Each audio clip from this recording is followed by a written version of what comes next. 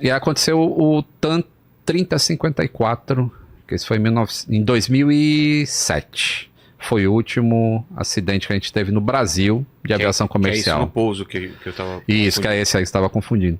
Esse foi impressionante, hein? Esse também foi chocante. Ainda mais porque a gente não pode nunca olhar o acidente só assim como se fosse um ponto só no espaço e vou olhar só isso aqui. Naquela época tinha muita coisa errada no Brasil, cara.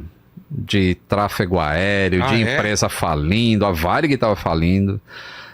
Tinha um movimento muito grande de funcionários entre empresa que faliu, indo para outra empresa, falta de treinamento. O pessoal indo para a China também, de piloto. Tinha muitos. E aí passageiro chegava no aeroporto e era gente, porque as pessoas começaram a voar, porque foi quando as passagens baratearam, lembra?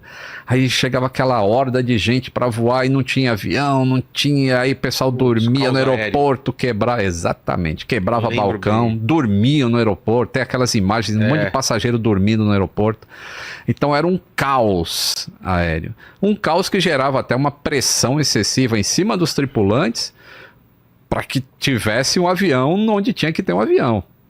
Então esse é um dos fatores que contribuíram para esse acidente. Quer que eu explique mais ou menos o que aconteceu, assim, bem resumidamente? Então, esse avião tinha um problema... Essa imagem, o que é, Lene? É pós o esse acidente? É pós-acidente. É pós o acidente. E um avião da TAM, coincidentemente, aí nessa foto, pousando, né? Isso. Mas supostamente o modelo, talvez... Então, é o mesmo modelo. Mas o pouso seria, então, inverso a esse, não vindo daqui para cá. Isso, era Jabaquara sentido Moema. Porque veio para lá, escorregou daquele... Isso, ele nem passou naquele xadrez ali. Não passou, foi antes, já escorregou. Ele já veio fazendo curva para a esquerda antes, por causa de um reversor também, ó, que curioso. E aí ele cai aí é onde foi feita aquela pracinha. Exato, que tem um memorial e uma pracinha lá. Que era o que aí? Era um predinho? Aí tinha um prédio de cargas da própria TAM, que inclusive funcionários da TAM morreram também. Caramba. Né? Então como que foi? Olha lá aquele prédio da TAM, tá vendo a TAM Express? Tá vendo a cauda do avião ali, ó? Isso foi o que? Umas 7, 8 horas da noite, talvez? Acho que foi mais ou menos isso, 6h50, alguma coisa assim. Cara, que desesperador. E como que foi então? O avião ia pousar? Esse avião tinha um problema em um dos reversores. O reversor do lado direito, ele estava inoperante. O manual do avião permite... O piloto sabia disso. O piloto sabia disso, é documentado. Tá. E o manual do avião, ele permite que um ou os dois reversores estejam inoperantes. Porque o reversor, ele serve para auxiliar na frenagem do avião. Não é ele que efetivamente para um avião. Se você perder o freio do avião... Aí você não consegue parar só com o reversor até a pista acabar. Entendi. Agora, se você tiver sem os dois reversores, você vai frear dentro da pista ainda, porque o cálculo é feito para falha desses dois. Fala assim, eu tenho os dois funcionando, mas se falhar os dois, eu ainda paro na pista. Entendi. Isso que é calculado a extensão da pista, então. Isso. Por isso que quando o avião está muito pesado, ele pode pousar em alguns aeroportos, mas não no Santos Dumont, por exemplo. Que é muito curto. Aí tem um limite que você tem que parar ali, em 1.350 metros, acho, 1.390. Então, existia esse reversor direito inoperante. Aí a tripulação assume e eles vão até Porto Alegre e pousam. E lá, o procedimento de reversor inoperante é feito de maneira correta.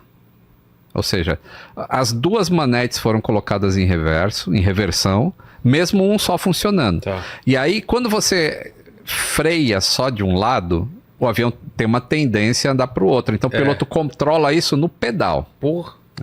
E aí ele contrabalanceia essa força, e lá foi feito dessa maneira. Aí lá em Porto Alegre, esse avião voltou para São Paulo lotado. 186 passageiros, parece. Acho que é isso. Não só confirmo, acho que é isso, 186, sendo que ele tinha 185 assentos disponíveis. É alguma coisa assim. E aí, mas tinha uma criança de colo, inclusive. E é isso que aumentou o número. E fora isso, naquela época, o ICMS do combustível em Porto Alegre era mais baixo do que em São Paulo. Tá. Então, era comum que as empresas aéreas abastecessem mais combustível do que o necessário para fazer o voo, para economizar. Claro. Então ele pousaria com mais combustível em São Paulo e não precisaria colocar muito mais, economizaria. Então isso se chama na aviação tankering, que é você anda com o tanque ali sem precisar estar carregando combustível.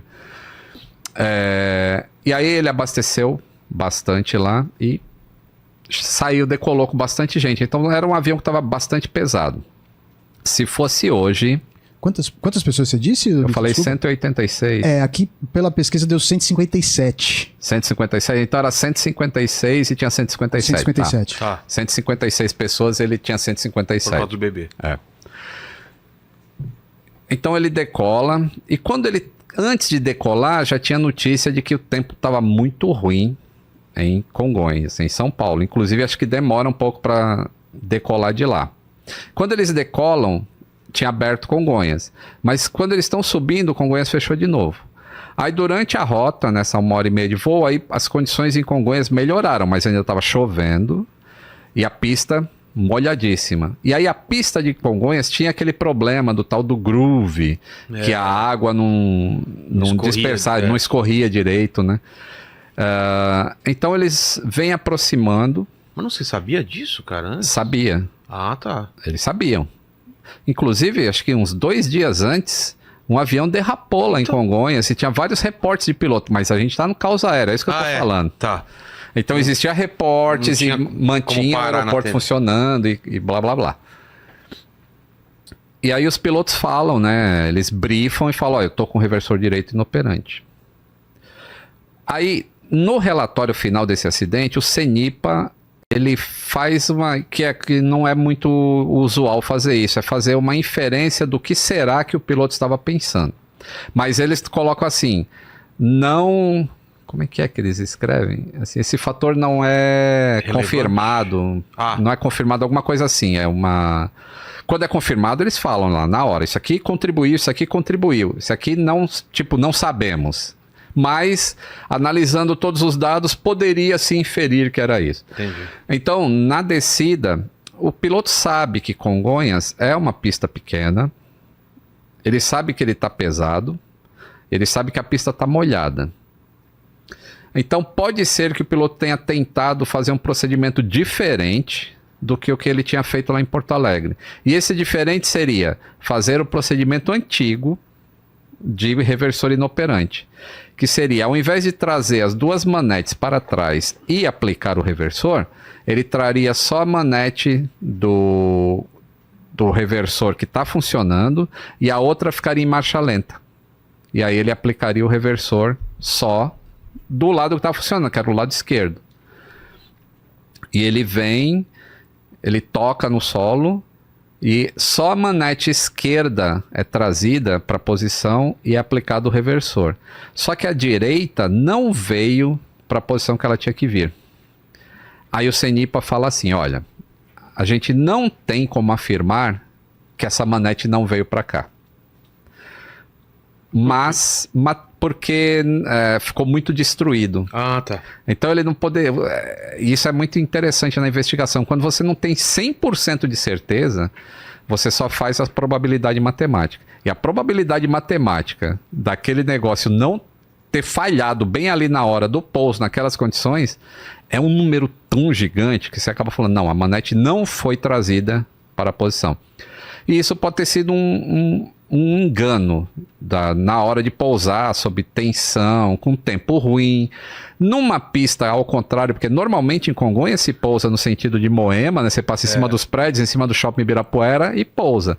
E nesse dia estava tão ruim o tempo que o pouso estava sendo ao contrário. Você pousava no sentido do Jabaquara para Moema. Entendi. E aí ele traz somente a manete esquerda. Sem trazer a manete direita para marcha lenta... O que acontece? O computador do avião interpretou que com o avião no solo e aquela manete naquela condição, ele começou a acelerar para permitir uma arremetida. Só que o outro motor já estava sendo levado para a reversão. Então a gente tem o caso de um motor acelerando para frente e o outro freando o avião para trás. E por isso que ele começa a fazer a curva para a esquerda. Não é os pilotos que querem fazer aquilo. É que o avião vai se arrastando para o lado esquerdo, porque um motor está potência de decolagem para tirar o avião do chão e o outro está freando. E isso acontece tão rápido Foi 13 segundos entre o toque no solo e o impacto lá no prédio, que também tem uma imagem de IA aí, né? Inteligência artificial. Quanto tempo? 13 segundos. Só 13 segundos. Tocou o solo, 13 segundos, explodiu. E ele explode por quê também? Porque é muito combustível? Ali tinha muito combustível, o impacto é muito forte. O impacto sempre vai explodir? Se ele Não, ele precisa ter uma fonte de calor, que no caso são os motores. O motor funcionando é uma fonte de calor, e aí com o impacto ele explode. Às vezes pode acontecer explosão sem uma fonte de ignição, mas não é tão raro, não é tão comum. Entendi. E foi impressionante isso daí, né? E foi impressionante, aí... O pessoal relatou se foi um estrondo, como que foi, a galera que estava por lá, os relatos. Foi.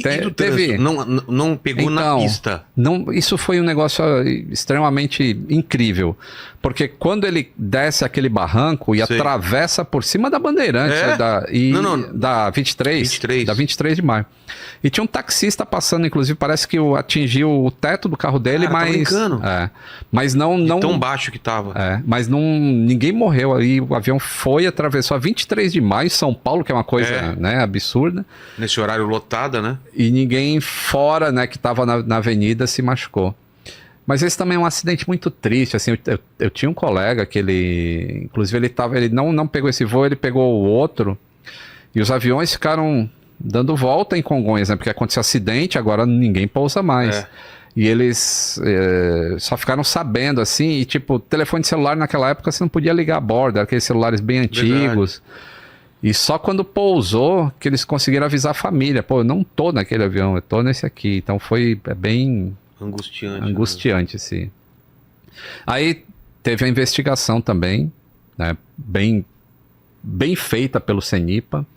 E aí não é só, tipo, o CENIPA é um órgão brasileiro, mas vem a fabricante do avião, Airbus, participa, vem o órgão francês que chama BEA, ele participa da investigação, porque eles têm que ter certeza que está sendo tudo feito certo. Mas também se fala muito nos interesses econômicos, né, que sempre vão tentar jogar, você já ouviu isso, né, sempre vão tentar jogar a culpa no piloto para não cair a ação da empresa, não ter nenhum dano para a empresa. Você acredita nisso ou não? Se a gente acreditasse nisso, a gente não viu o que está acontecendo com a Boeing, aí que perdeu 26 bilhões de dólares por causa do acidente que teve com o Max. Então a galera vai mesmo investigar. Vai a fundo. E se for realmente problema.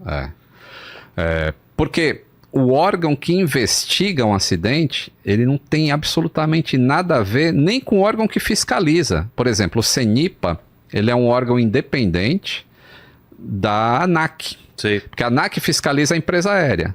Mas se o CENIPA descobre que por uma falha de fiscalização da ANAC aconteceu um acidente, ele poderia cobertar. Ele vai em cima da ANAC. Se fosse ele mesmo que fiscalizasse, ele fala, não, vou deixar quieto, vou deixar vai ficar mal para mim. Então tem que ser um órgão independente.